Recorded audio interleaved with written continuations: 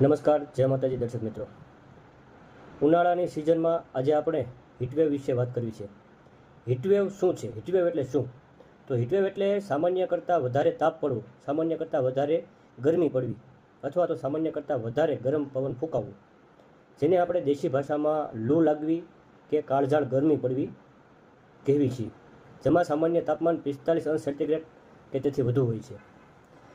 હવે હીટવેવ એટલે કે લૂ ન લાગે એના માટે સામાન્ય રીતે આપણે શું શું કાળજી રાખવી તે આજે ચર્ચા કરીશું. તો પહેલાં તો હીટવેવના સમયગાળામાં બપોરના સમયે કામ વગર બહાર નીકળવાનું ટાળવું જોઈએ. ખાસ કરીને બપોરે 12 વાગ્યાથી 4 વાગ્યા સુધી બહુ અગત્યનું કામ ન હોય તો આપણે એ બહાર નીકળવાનું ટાળવું જોઈએ.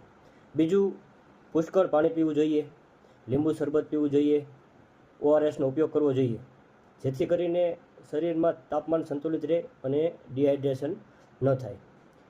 ત્રીજું, હળવા કપડાં પહેરવા જોઈએ, આછા રંગના કપડાં પહેરવા જોઈએ, જેથી શરીરમાં હવા ઉજાસ રહે અને પરસેવો ન વળે.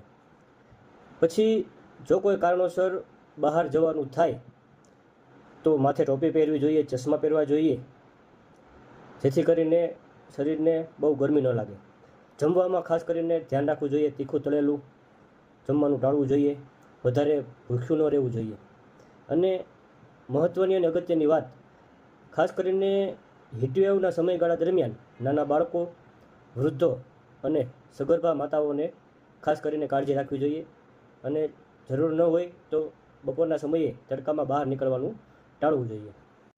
આ સમયગાળા દરમિયાન ચક્કર આવે, માથું દુખે, ઉલટી ઉપકા થાય, બેચેની થાય, આવા કોઈ લક્ષણો જણાય તો તાત્કાલિક નજીકના આરોગ્ય કેન્દ્રની મુલાકાત લેવી જોઈએ અને તાત્કાલિક સારવાર લેવી જોઈએ, જેથી કરી અને આપણે હીટવેવથી બચી શકીએ.